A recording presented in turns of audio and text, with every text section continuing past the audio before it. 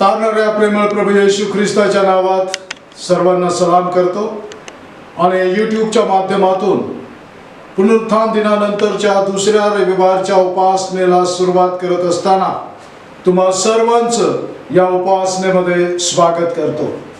या उपासनेला सुरुवात करत असताना घरातच असताना आपण सर्वजण आपल्या जागेवर उठून उभे राहूया आणि भक्तिगीत संग्रह यामधील गीत क्रमांक 417, उपासना संगीत यामधील गीत क्रमांक 92, अद्भुत लाहो प्रभू उठला मज दिसला हो, हे गीत आपण सर्वजण मिळून गाऊया आणि देवबापाला धन्यवाद देऊया।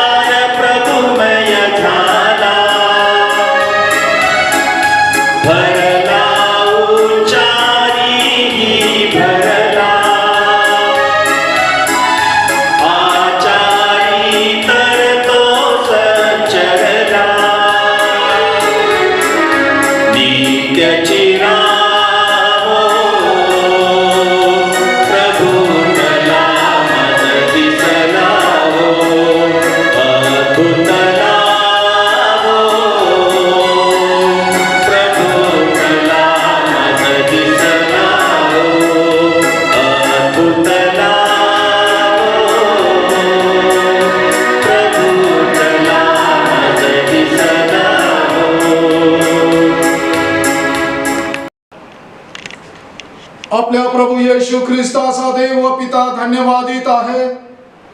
त्याने आपल्या महादयेनुसार येशू ख्रिस्ताच्या मृतातून पुनरुत्थानाच्या द्वारे आपणाला पुनर्जन्म दिला आहे। देव आत्मा आहे आणि त्याच्या उपासकांना त्याची उपासना आत्म्याने व खरेपणाने केली पाहिजे। प्रार्थना करूया। हे कृपाळू परमेश्वर देव बापा, मनापासून आम्ही तुझी उपकार स्तुती करतो, तुला गौरव आणि सन्मान देतो। सप्ताहभर तू आम्हाला सांभाळलेला आहेस। तुझं संरक्षण, तुझं मार्गदर्शन, तुझं आरोग्य देऊन तू आम्हाला तुझ्या विश्वासामध्ये स्थिर आणि दृढ राखलेला आहेस। पुन्हा एक वार या महामारीच्या संकटातून जात असताना आपल्याच कुटुंबामधून तुझ्या चरणापाशी येण्याची यूट्यूबच्या माध्यमातून तू आम्हाला संधी दिलेली आहेस, याबद्दल तुझे उपकार मानतो। या माध्यमातून तुझी उपासना करत असताना आम्हा सर्वांचं सहाय्य कर, सर्वांचं मार्गदर्शन कर। ही भक्ती तू आपल्या हातामध्ये घेऊन आशीर्वादित कर। सहभागी झालेल्या सर्वांना तुझा आशीर्वाद दे। येशू ख्रिस्त आमचा प्रभू याच्याद्वारे आमेन। परमप्रिय बंधुजन हो, शास्त्र अनेक स्थळी आम्हास उत्तेजन देते की आम्ही आपली बहुविध पापे व दुष्टाई कबूल करून पदरी घ्यावीत। ती सर्व समर्थ देवांचा स्वर्गातील पिता यापासून ढोंग करून लपवू नये, पण नम्र, लीन, अनुतप्त व अज्ञानकीत अंतकरणाने ती पदरी घ्यावीत। हेतू हा की देवाची अपार कृपा व दया याकडून त्यांची क्षमा व्हावी। आम्ही देवाजवळ नेहमी आपली पापे पदरी घेतली पाहिजेतच, पण विशेषतः त्याच्याकडून प्राप्त झालेल्या अनेक लाभाबद्दल त्याचे उपकार मानण्यास, त्याच्या थोर नावाला साजेशी त्याची स्तुती उघडपणे करण्यास आणि जसे आत्म्यास तसे शरीराचे काय आवश्यक असेल ते मागण्यास आम्ही एकत्र जमतो, तेव्हा तर विशेष करून पाप कबुली केली पाहिजे। म्हणून येथे हजर असलेल्या तुम्हा सर्वांना मी विनंती करतो की आपण सर्व शुद्ध अंतकरणाने देवाच्या दयासनाजवळ जाऊन दीनवाणीने असे म्हणू, सर्व समर्थ ईश्वराजवळ नम्रतेने आपली पापे कबूल करूया।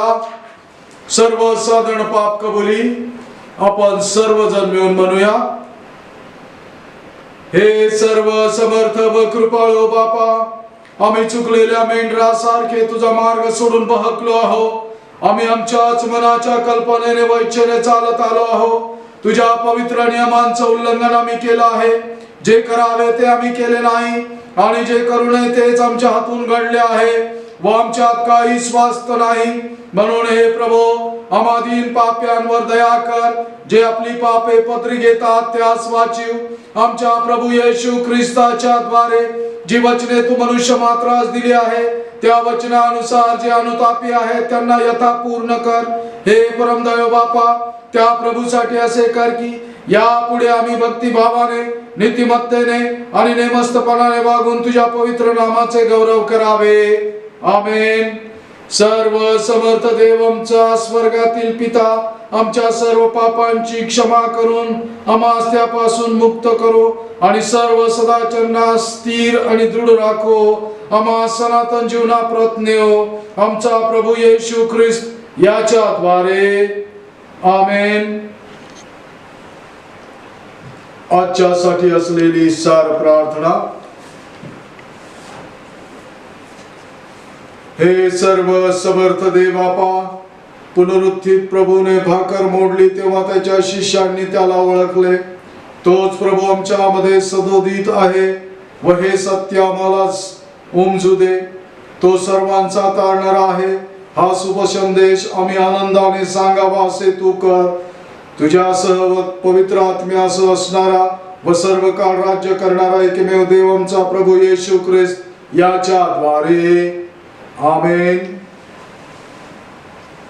आजच्या उपासनेकरिता असलेलं पत्र आणि शुभवर्तमान यावेळी आपण ऐकणार आहोत। आज करता नेमलेलं पत्र आपण यावेळी ऐकूया।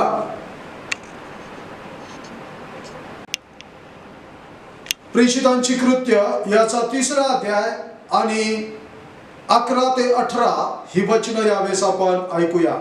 प्रेषितांची कृत्य अध्याय 3 11 ते 18 ही वचनं। प्रेषितांची कृत्य याचा 3रा अध्याय 11 ते 18 वचनं हे आपण वाचूया। पेत्राचे शल्मोनाच्या देवडीवरील भाषण। मग तो पेत्र व योहान ह्यांना बिलगून राहिला असता सर्व लोक आश्चर्यचकित होऊन त्याच्याकडे शल्मोनाची देवडी नावाच्या ठिकाणी धावत आले। हे पाहून पेत्राने लोकांना म्हटले, अहो इस्रायल लोकांनो, ह्याचे आश्चर्य का करिता?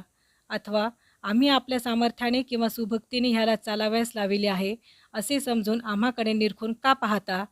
अब्राहम, इसाक व याकोब ह्यांचा देव, आपल्या पूर्वजांचा देव ह्याने आपला सेवक येशू ह्याचे गौरव केले आहे। त्याला तुम्ही धरले व पिलाताने त्याला सोडून देण्याचा निश्चय केला असतानाही त्याच्या समक्ष तुम्ही त्याला नाकारले। जो पवित्र व नीतिमान त्याला तुम्ही नाकारले आणि खुनी पुरुष आम्हाला द्या अशी मागणी केली। आणि तुम्ही जीवनाच्या अधिपतीला जीवे मारिले, पण देवाने त्याला मेलेल्यामधून उठविले, ह्याची आम्ही साक्षी आहोत. त्याच्याच नावावरील विश्वासामुळे त्या नावाने ह्या ज्या माणसाला तुम्ही पाहता व ओळखता त्याला शक्तिमान केले आहे. त्याच्याद्वारे असलेल्या विश्वासाने त्याला सर्वासमक्ष ही शरीर संपत्ती प्राप्त झाली आहे. बंधुजन हो, तुम्ही तसेच तुमच्या अधिकाऱ्यांनीही जे केले ते अज्ञानामुळे केले हे मी जाणून आहे. परंतु देवाने आपल्या ख्रिस्ताने दुःख सहन करावे असे जे सर्व संदेश त्यांच्या मुखाने पूर्वी सांगितले होते ते त्याप्रमाणे पूर्ण केले. देवबाप या वाचलेल्या वचनावर आशीर्वाद पाठव. यावेळी घरातच असताना शुभवर्तमान ऐकण्यासाठी आपण सर्वजण उठून उभे राहूया.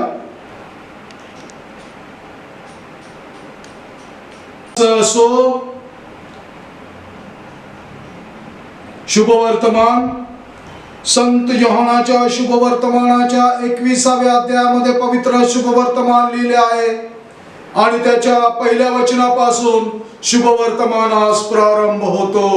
हे प्रभू, तुला गौरव असो. त्यानंतर तिबिरियाच्या समुद्राजवळ येशू शिष्यांना पुन्हा प्रकट झाला आणि तो ह्या प्रकारे प्रकट झाला.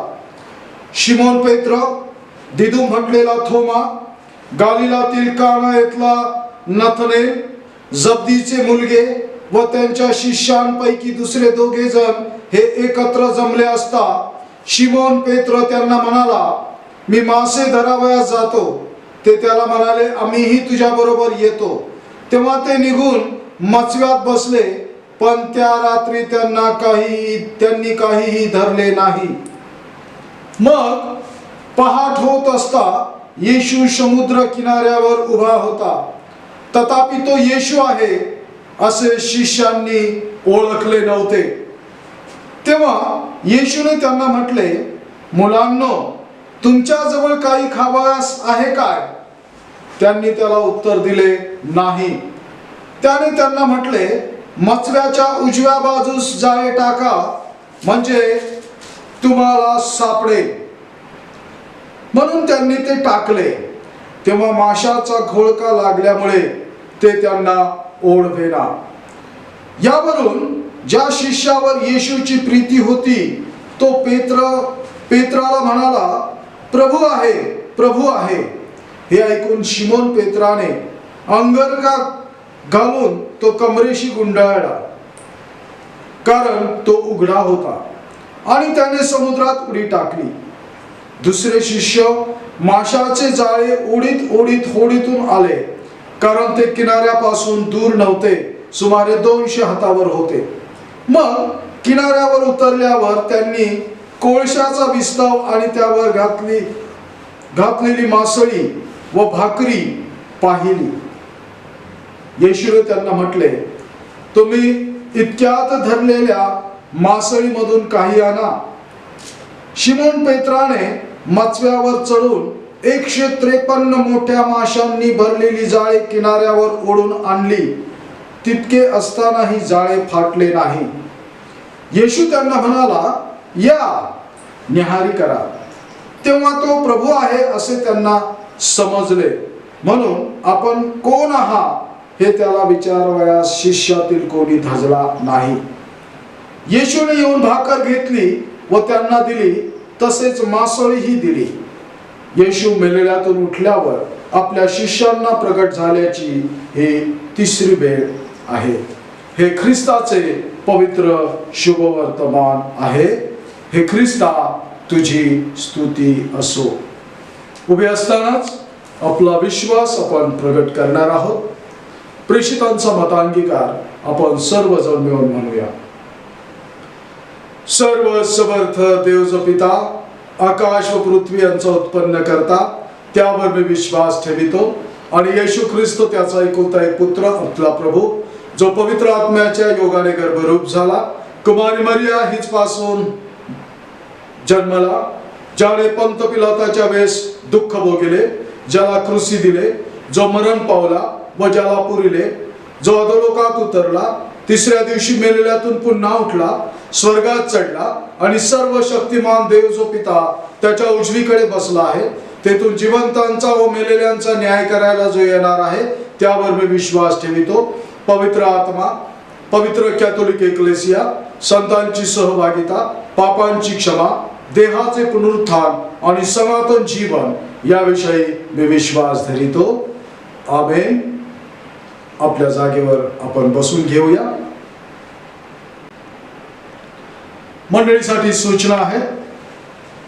मंडळीला सूचित करण्यात येते की सद्य परिस्थिती ही अतिशय अटीतटीची आहे आणि महामारीचा सामना आपण करत आहोत. घरातच आम्हाला राहायचं आहे आणि विनाकारण कुठेही फिरण्याची परवानगी पर्यावरण आणि आमचं शासन आम्हाला देत नाही. आणि म्हणूनच मंडळीला विनंती आहे की शक्यतो घरातच राहा आणि सुरक्षित राहा. सध्या परिस्थितीमध्ये 144 हे कलम शहरामध्ये आणि राज्यामध्ये लागू आहे. म्हणून कुठल्याही परिस्थितीमध्ये 5 पेक्षा जास्त लोक एकत्रित येऊन कुठल्याही प्रकारचा कार्यक्रम करू नका अशी विनंती आहे. संसर्ग हा अतिशय उग्र रूप धारण केलेला आहे आणि त्यापासून संरक्षण करणारा आमचा जिवंत देवबाप आहे. परंतु स्वतःची काळजी घेणं हे आमच्या हातामध्ये आहे आणि स्वतःची काळजी घेण्याकरता शासनाकडून ज्या गाईडलाईन्स आहेत त्याचं तुम्ही अवश्य पालन करावं अशी विनंती आहे. त्याचप्रमाणे अति महत्त्वाचा निर्णय महाराष्ट्र शासनाने घेतलेला आहे आणि माननीय मुख्यमंत्र्यांनी ज्याची घोषणा केलेली आहे, ब्रेक द चेन.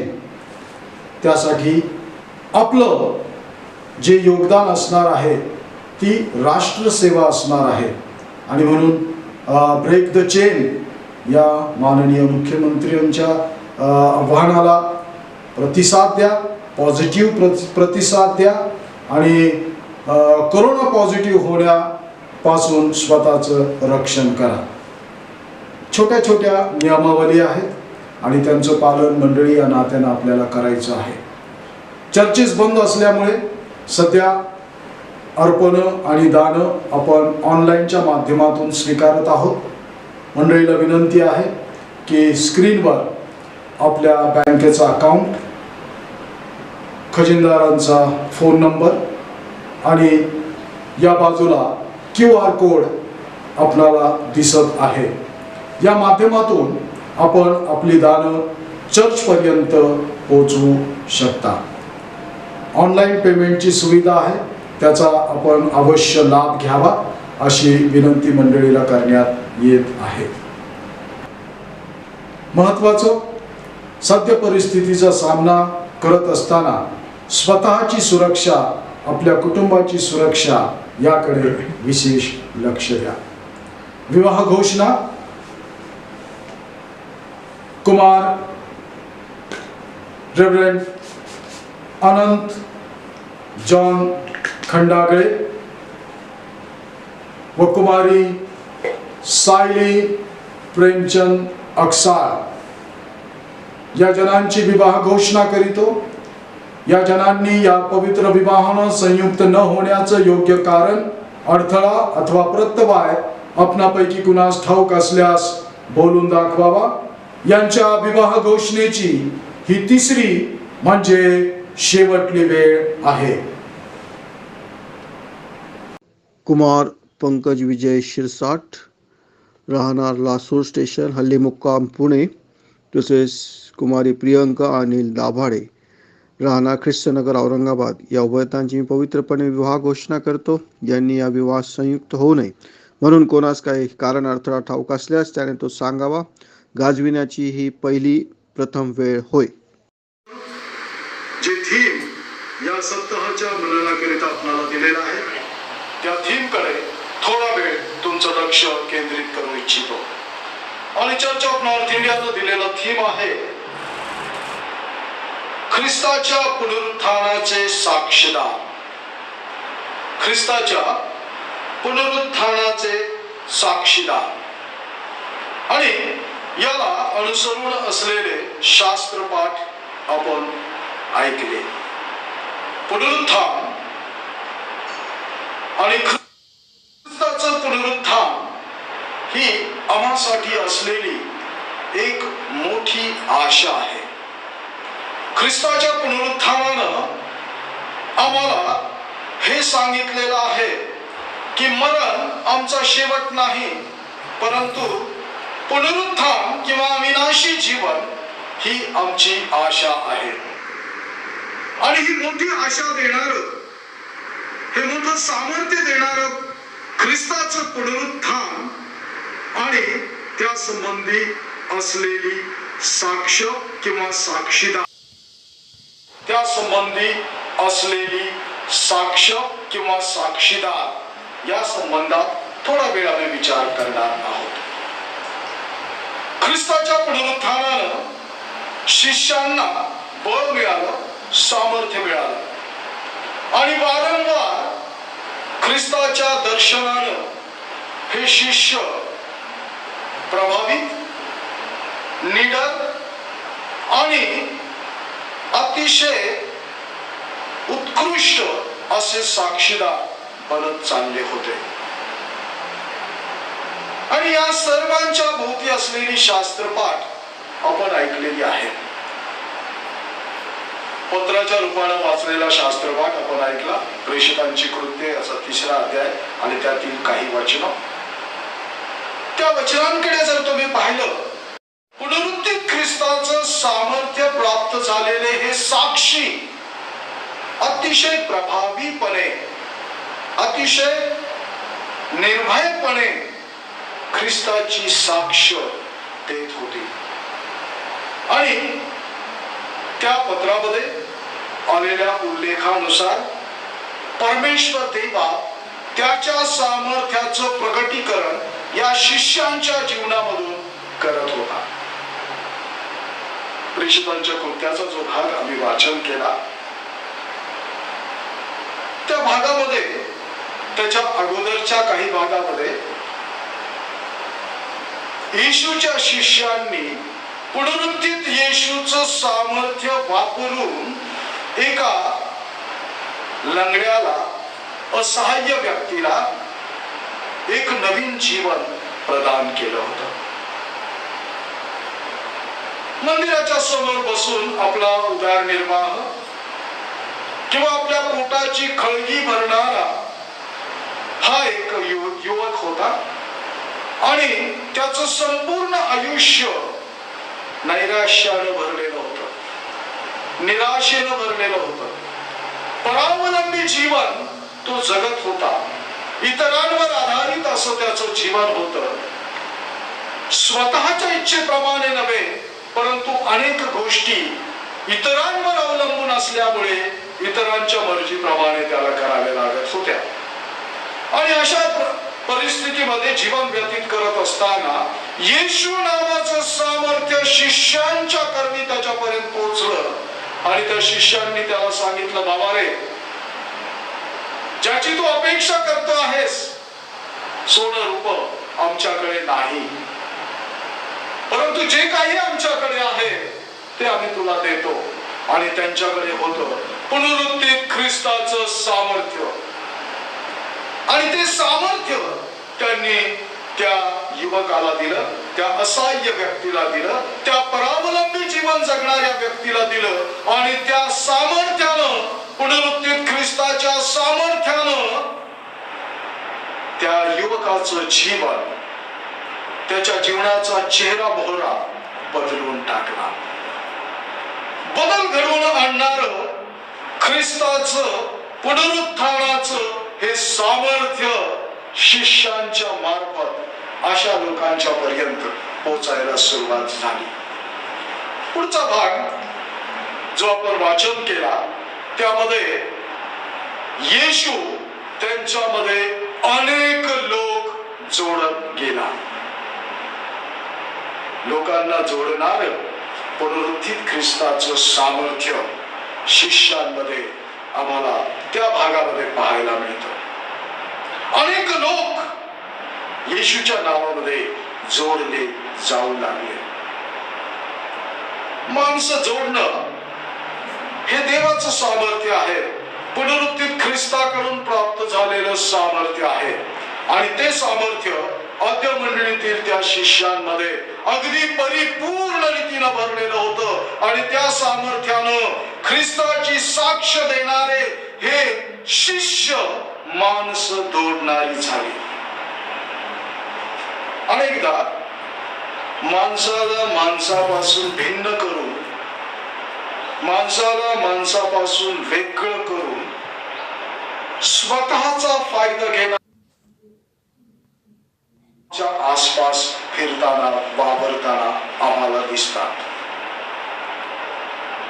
माणसाला माणसांपासून वेगळं करणं, फूट पाडणं हे पुनरुत्थित ख्रिस्ताचं सामर्थ्य नाही, तर ही त्या दुष्टाची योजना आहे. परंतु माणसाला माणूस जोडणं, मनुष्याला ऐक्यामध्ये बंदिस्त करणं, ऐक्यामध्ये बांधणं हे पुनरुत्थित ख्रिस्ताचं सामर्थ्य शिष्यांच्या जीवनामध्ये आम्हाला त्या तिसऱ्या अध्यायामध्ये पाहायला मिळत आहे. प्रभू त्यांच्याद्वारे अनेक लोक एकमेकांशी जोडत होता. आद्य मंडळीचा इतिहास जर तुम्ही वाचला तर त्यामध्ये आद्य मंडळीची जीवनचर्या अशी होती, त्यांचं सर्व काही सामायिक होतं, त्यांचं सर्व काही एकत्र होतं. एकत्र येऊन भाकर मोडणे, एकत्र येऊन एकमेकांच्या सुखादुखामध्ये सहभागी होणं, एकत्रितपणे सर्व अडचणीचा आणि समस्यांचा सामना करणं हे सामर्थ्य आद्य मंडळीमध्ये होतं. आणि अशा प्रकारे पुनरुत्थित ख्रिस्ताचं सामर्थ्य आम्हाला आद्य मंडळीमध्ये पाहायला मिळतं. आणि कालांतरानं पुनरुत्थित ख्रिस्ताचं ते सामर्थ्य थोडं थोडं कमी होत गेलं आणि नंतर अनेक घटना घडल्या ज्या तुम्हाला ठाऊक आहेत. परंतु पुनरुत्थान हे आमच्यासाठी एक सामर्थ्य आहे. ख्रिस्ताचं पुनरुत्थान हे शिष्यांसाठी एक सामर्थ्य होतं. कारण ख्रिस्ताच्या वधस्तंभावरील मरणानंतर अतिशय भयभीत झालेले हे शिष्य, ज्यांनी स्वतःला घरामध्ये कोंडून घेतलेलं होतं भीतीनं, या भीतीनं की कदाचित आमच्या प्रमुखाला, आमच्या मुख्य असलेल्या येशूला, सामर्थ्यशाली असलेल्या येशूला त्यांनी अशा रीतीनं मारलं तर आता आमची काय गत होणार, या भीतीनं हे शिष्य स्वतःला बंदिस्त करून बसलेले होते, भयभीत झालेले होते.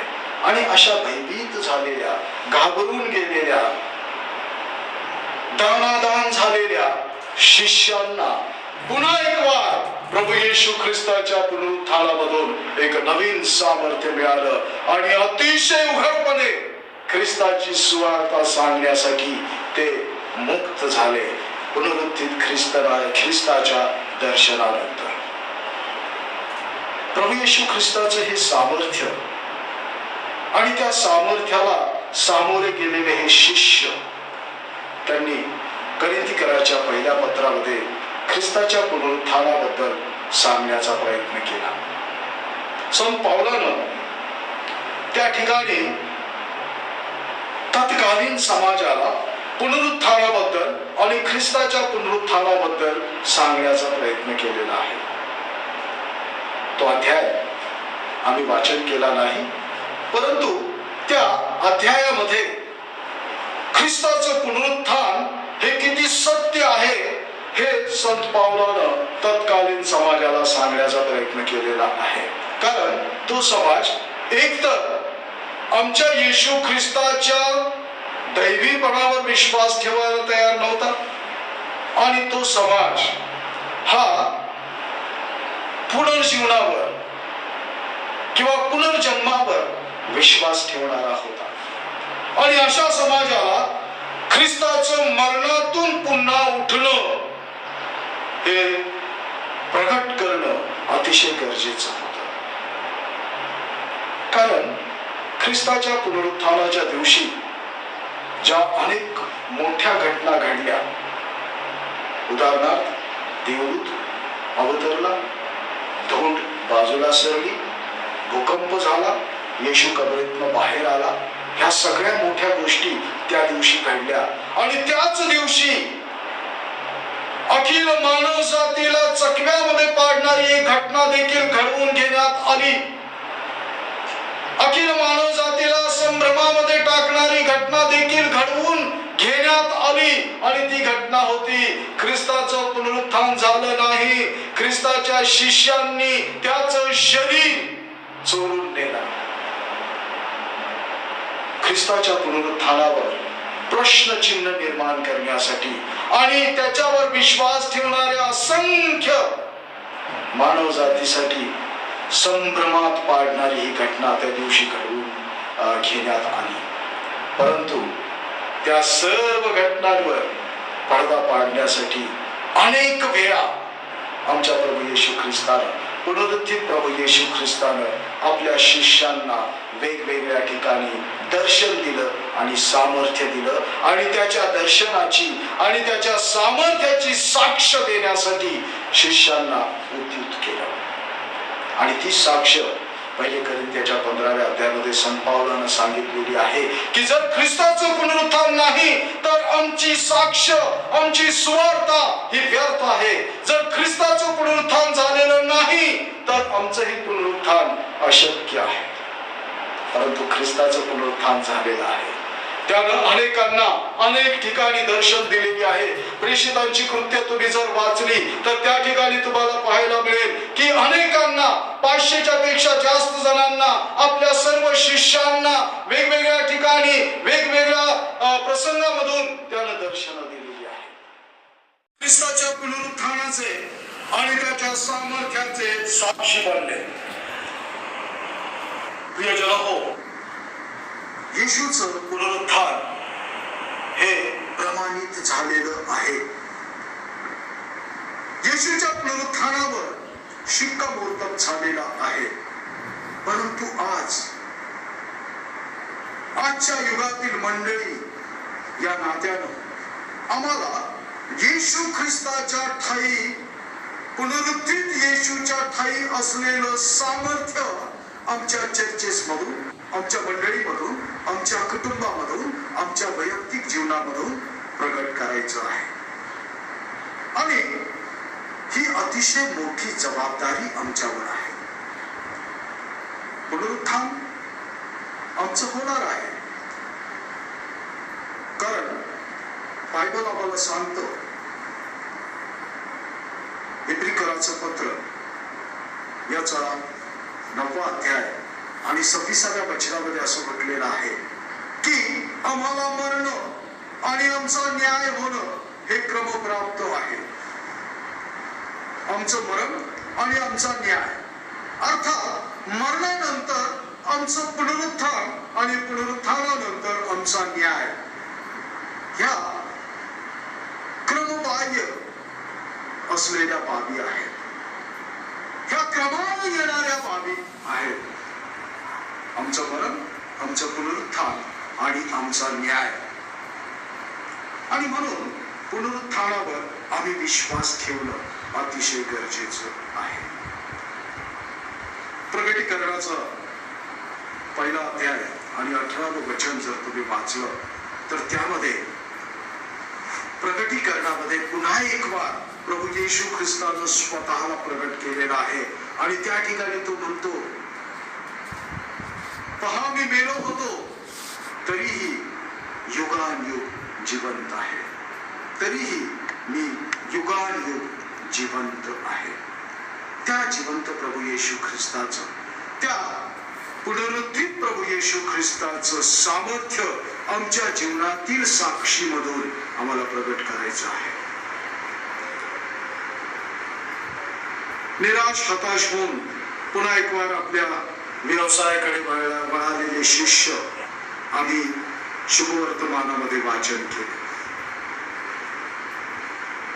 पुनरुत्थानाच्या नंतर येशू ख्रिस्ताला दर्शन दिल्यानंतर पुन्हा एक वार सगळं काही विसरून आपल्या आपल्या व्यवसायाकडे लागलेल्या या शिष्यांकडे पुन्हा एकदा पुनरुत्थित ख्रिस्त आलेला आहे. आणि जवळपास तिसऱ्यांदा येशूने त्यांना हे दर्शन दिलेलं आहे. आपापली जाळी स्वच्छ करून पुन्हा आपल्या मागील जीवनाकडे ते वळत असताना पुनरुत्थित ख्रिस्ताने त्यांना दर्शन दिलं.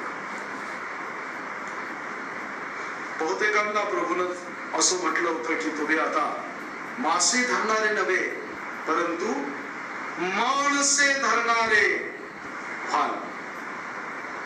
परंतु पुन्हा एक वार माणसे धरण्याऐवजी मासे धरण्याची तयारी करणाऱ्या या शिष्यांना पुनरुत्थित ख्रिस्तानं दर्शन दिलं आणि पुन्हा एक वार नवीन सामर्थ्य त्यांना दिलं. त्यानं त्यांना विचारलं, मुलांनो तुमच्याकडे काही आहे काय? आणि नकारात्मक उत्तर आल्यानंतर त्यांची निराशा पाहून तत्कालीन त्यांची गरज जाणून प्रभूने त्यांना सांगितलं की थोडं पुढे जाऊन जाळ पुन्हा एक वार टाका.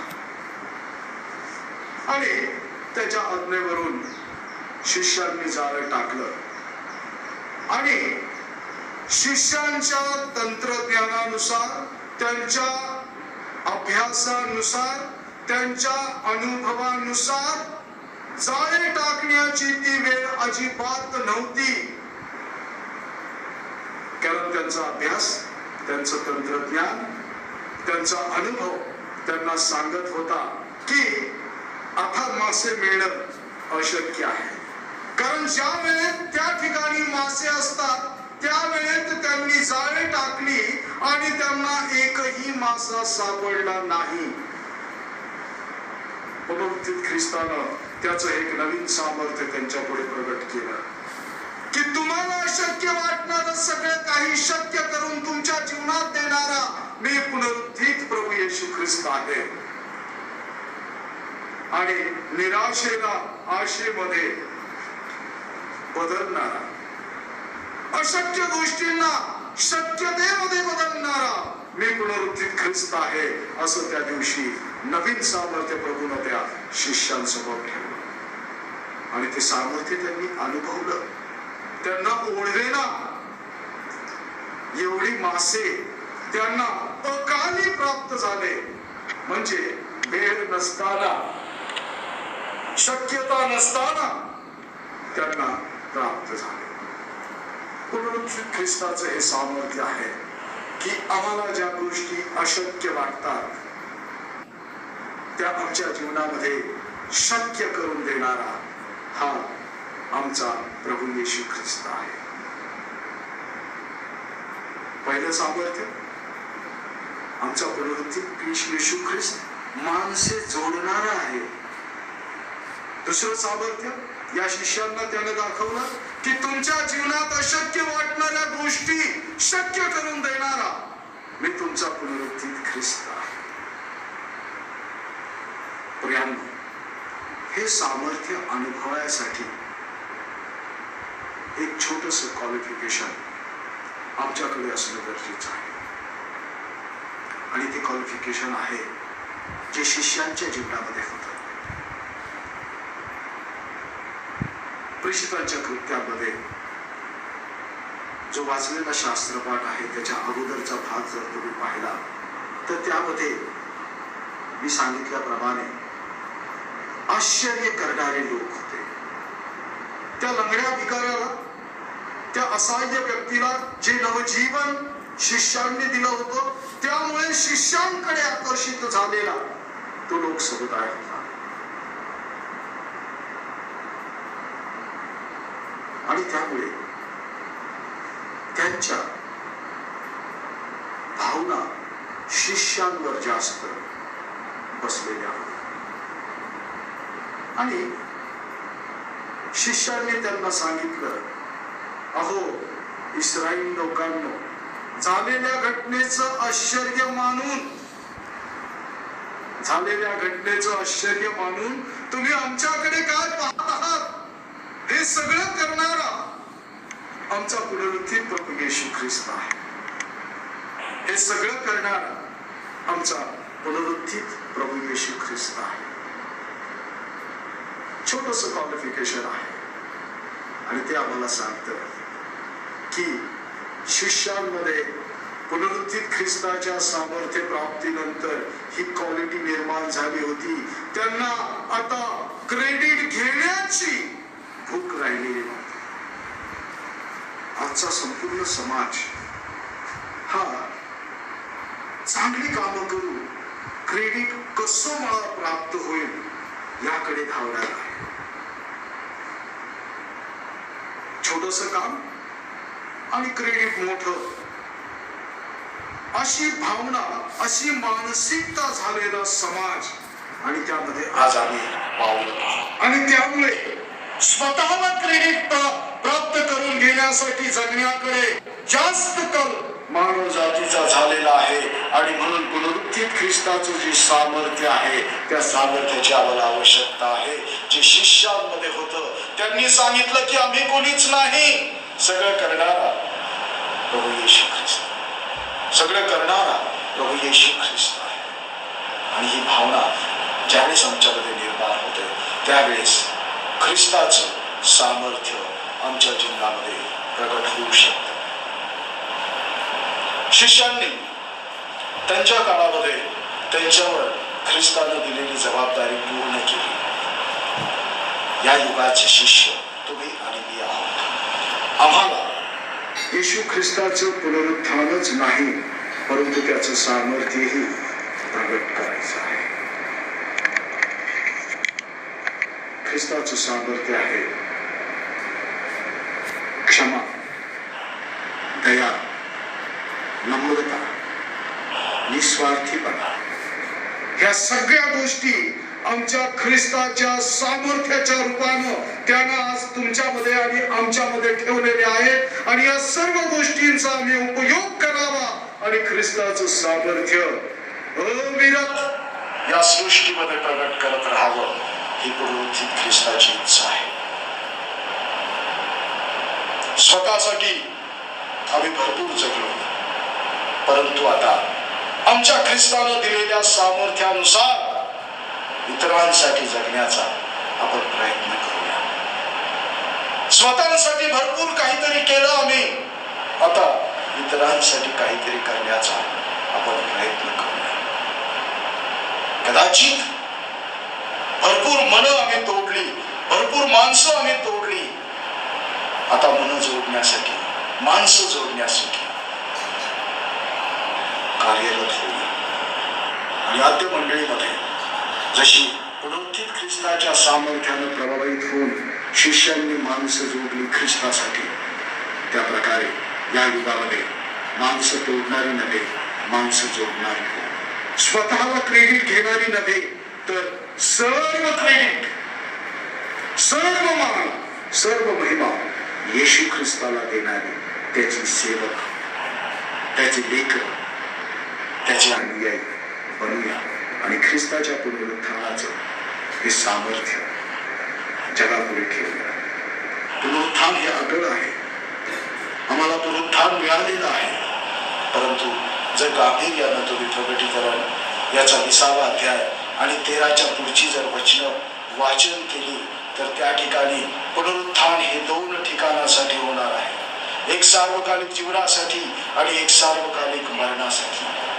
पुनरुत्थान होणं हे अटळ आहे परंतु कशासाठी होणार आहे त्याबद्दल ही सूचना दिलेली आहे. प्रगटी 20 आणि 13 ती पुढची वचनं अवश्य वाचा. त्यामध्ये आम्हाला स्पष्टपणे सांगितलेलं आहे आम्ही एकतर सार्वकालिक जीवनासाठी उठविले जाणार आहोत किंवा सार्वकालिक मरणासाठी आम्ही पुनरुत्थित केले जाणार आहोत. पुनरुत्थान आम्हाला प्राप्त झालेला आहे ख्रिस्ताच्या पुनरुत्थानामुळे परंतु आम्हाला पुनरुत्थान कशासाठी मिळवायचं आहे, सार्वकालिक जीवनासाठी की सार्वकालिक मरणासाठी. आजच आम्हाला ठरवायचं आहे की आम्ही ख्रिस्ताचं सामर्थ्य धारण करून सार्वकालिक जीवनासाठी पुनरुत्थान मिळवण्यास वाटचाल करणार आहोत की फक्त साक्षी बनून आमच्या वैयक्तिक जीवनामध्ये त्याचं सामर्थ्य ग्रहण न करता अविनाशी मरणाचे वाटेकरी होणार आहोत?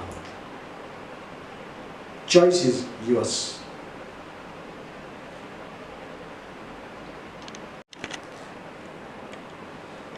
घरातच असताना आपण आपली दान आदरानं सद्भावानं परमेश्वराला सादर करणार आहोत. तत्पूर्वी आपण आपल्या जागेवर उठून उभे राहूया. आपणा सर्वांना ठाऊक आहे, धर्मप्रांताचे आचार्य रेव्हरंड डॉक्टर C.N. आठवले यांना गमावलेला आहे. या जगातून त्यांच्या जाण्यानं मोठी पोकळी धर्मप्रांतामध्ये निर्माण झालेली आहे. देवाचे सेवक या नात्यानं reverend doctor C.N. Athawale sir यांनी मोलाचं योगदान धर्मप्रांताकरता, चर्चेस करता आपल्या जीवन कार्यामधून दिलेलं आहे. त्याचप्रमाणे शैक्षणिक विभागामधून सेवा करून शैक्षणिक क्षेत्रामध्येही त्यांनी मोठं योगदान दिलेलं आहे. आम्ही सदैव त्यांचे ऋणी राहू. असं एक आगळं वेगळं व्यक्तिमत्व जे आम्हाला सर्वांना आवडणारं होतं, देवालाही आवडलं आणि देवाला त्यांना आपल्याजवळ बोलवून घेतलं. त्यांनी केलेल्या सर्व चांगल्या कार्यांबद्दल देवबापाला धन्यवाद असो. धार्मिक, सामाजिक, आध्यात्मिक, शैक्षणिक या सर्व माध्यमातून अतिशय मोठं योगदान त्यांनी दिलेलं आहे. त्या सर्वांबद्दल देवाला गौरव असो. देवबाप त्यांच्या आत्म्याला शांती देव आणि त्यांच्या पश्चात असलेल्या सर्व परिवाराला सांत्वन देव अशी प्रार्थना मी करतो. क्राइस्ट चर्च मंडळी, सर्व आचार्यगण हे आठवले परिवाराच्या दुःखामध्ये सहभागी आहेत. तुम्ही आपला प्रकाश लोकांपुढे असा पडू द्या की त्यांनी तुमची सत्कर्मे पाहून तुमच्या स्वर्गीय पित्याचा गौरव करावं. उभे असतानाच भक्तिगीत संग्रह यामधील गीत क्रमांक 415 उपासना संगीत 94 जा सांगा मम बंधुजना आलो जिंकुनी या मरणा. घरातच असताना हे गीत क्वायरच्या संगतीनं आपण गाऊया आणि देवाचं ते देवाला देऊया.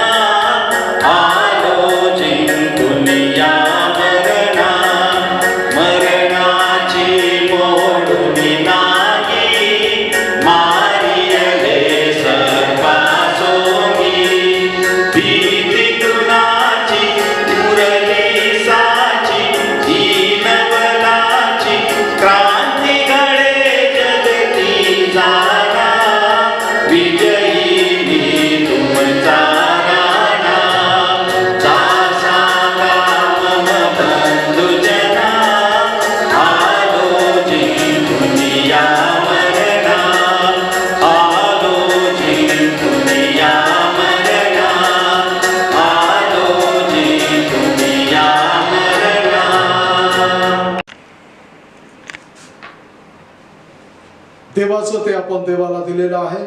आम्ही देवाला दिलेलं आहे. देवानं त्याचा स्वीकार करावा यासाठी प्रार्थना करूया. कृपाळू परमेश्वर देवबापा, जे तू आम्हाला दिलेलं आहे त्यामधूनच घरात असतानाच तुझ्या लेकरांनी तुझ्या पवित्र कार्यासाठी वेगळं केलेलं आहे, त्या सर्व दानांचा तू स्वीकार कर. या दानाद्वारे तू त्या सर्वांना आशीर्वादित कर.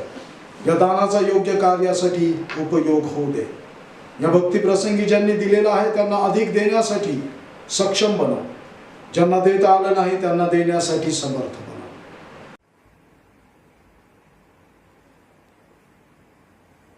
मराठवाडा धर्म प्रांताचे उपाध्यक्ष माननीय रेव्हरंड यशभाई गुले पाळक साहेब यांनी विनंती केल्यानुसार आपणा सर्वांना मी विनंती करतो की त्यांच्यासाठी आणि त्यांच्या कुटुंबासाठी आपल्या वैयक्तिक आणि कौटुंबिक प्रार्थनेमध्ये आठवण ठेवावी.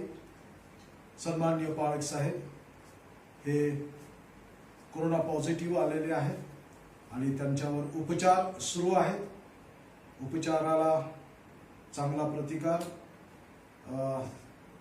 ते देत आहेत, प्रतिसाद देत आहेत आणि तुमच्या प्रार्थनेची आवश्यकता आहे. विशेष त्यांनी आव्हान केलेलं आहे की त्यांच्यासाठी आणि त्यांच्या कुटुंबासाठी आपल्या कौटुंबिक आणि वैयक्तिक प्रार्थनेमध्ये आठवण ठेवावी. हे कृपाळू परमेश्वर देवा, या महामारीच्या संकटातून वाटचाल करत असताना आम्ही मध्यस्थी करतो अखिल विश्वासाठी, सर्व देशांसाठी, सर्व देशातील पुढाऱ्यांसाठी. प्रेमपित्या, या कोरोनापासून अखिल विश्वाचं तू रक्षण कर. अखिल विश्वामधून हा कोरोना तू घालवून टाक. कोरोना बाधित झालेल्या सर्वांच्यासाठी आम्ही प्रार्थना करतो. प्रभू, त्या सर्वांना तुझं आरोग्य तू प्रदान कर. प्रत्येकाची इम्युनिटी तू वाढवू दे. नैसर्गिक रीतीनं जी यंत्रणा तू प्रत्येक मानवाच्या शरीरामध्ये ठेवलेली आहेस ती कार्यान्वित होऊन प्रत्येकाची प्रतिकार शक्ती तू वाढवते. जो उपचार हॉस्पिटलमधून उपलब्ध आहे ते सर्व उपचार त्यांना लागू पडू दे.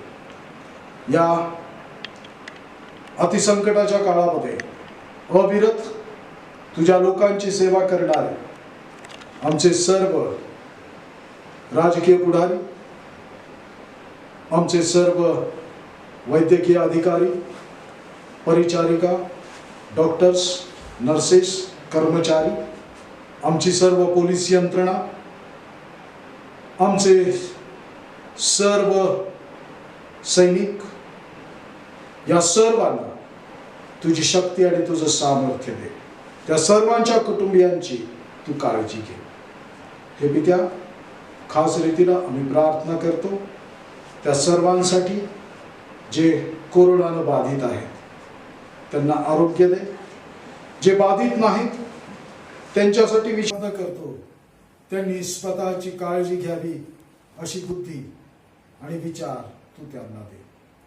हे कृपाळू परमेश्वर दे बापा, सर्व भारतीय जनांसाठी आम्ही मध्यस्थी करतो. या कोरोनाचा सामना करण्यासाठी सर्वांचं तू सहाय्य कर. कृपाळू परमेश्वर दे बापा, त्याचप्रमाणे आम्ही मध्यस्थी करतो. आमचं चर्च ऑफ नॉर्थ इंडिया, आमचे मॉडरेटर, व्हाईस मॉडरेटर, या सर्वांना तुझा आशीर्वाद दे.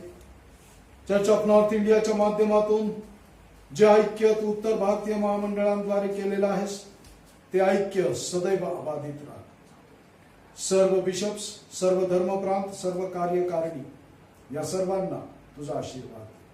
आमचा मराठवाडा धर्मप्रांत, आमचे बिशप साहेब सन्माननीय राईट रेव्हरंड एम.यू. कसाब, त्यांचा परिवार, त्यांना सहकार्य करणारी कार्यकारिणी, पदाधिकारी, सदस्य, या सर्वांना आशीर्वाद दे. धर्मप्रांत अंतर्गत असणाऱ्या सर्व मंडळ्या, त्यांचे आचार्यगण, सुवार्थिक, मिशनरीज, या सर्वांना तुझा आशीर्वाद दे. क्राइस्ट चर्च मंडळी, आम्ही आचार्यगण, ऑल्टर बॉईज, चर्चचे सेवक, पास्टरेट कमिटी, महिला मंडळ, तरुण संघ, संडे स्कूल, क्वायर ग्रुप, भजनी मंडळ, या सर्वांना तुझा आशीर्वाद दे. या कोरोना काळामध्ये स्वतःची काळजी घेण्यास आमचं सहाय्य कर. हे कृपाळू प्रभू, या सर्व मध्यस्थ्या प्रार्थना आणि विनंत्या धन्यतारक येशूच्या नावात करतो म्हणून तू ऐक. आमेन. म्हणूया, हे आमच्या स्वर्गातील बापा, तुझे नाम पवित्र मानिले जावो, तुझे राज्य येवो, जसे स्वर्गात तसे पृथ्वीवरही तुझ्या इच्छेप्रमाणे. आमची रोजची भाकर आज आम्हास दे, जशी आम्ही आमच्या अपराधाची क्षमा करतो तशी तू आमच्या अपराधांची क्षमा कर. आम्हास परीक्षेत आणू नकोस, तर आम्हास वाईटापासून सोड, कारण की राज्य, सामर्थ्य आणि गौरव ही सर्व काळ तुझीच आहेत. आमेन.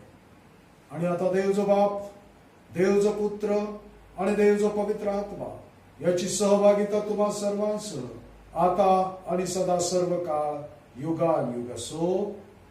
आमेन.